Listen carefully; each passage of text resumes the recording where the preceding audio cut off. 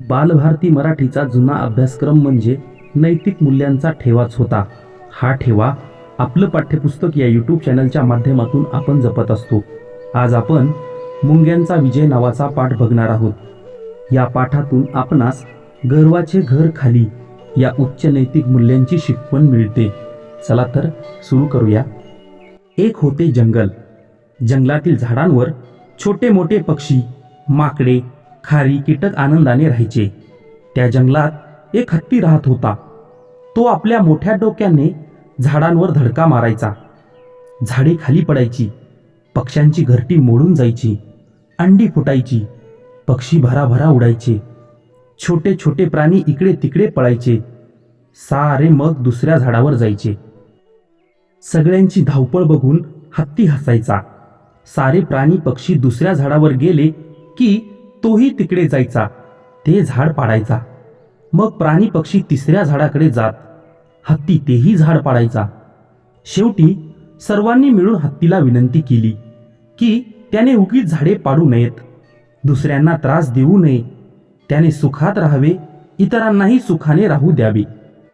हत्ती म्हणाला, तुम्ही कोण मला सांगणार? मी आहे इथला राजा, मला हवं ते मी करणार.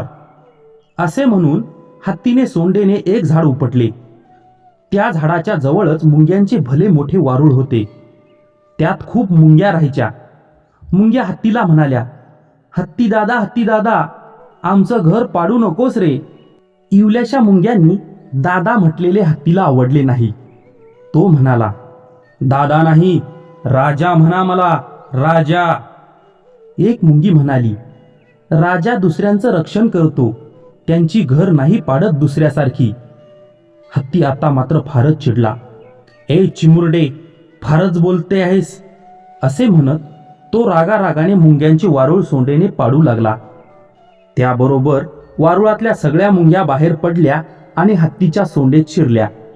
सोंडेच्या आतील नाजूक कातडीचा त्यांनी कडाडून चावा घेतला. ची ची ची करत हत्ती ओरडायला लागला. त्याला काही सुचेना. त्याने आपली सोंड झाडाच्या खोडावर धडाधड आपटायला सुरुवात केली. आपटून आपटून हत्तीची सोंड दुखली.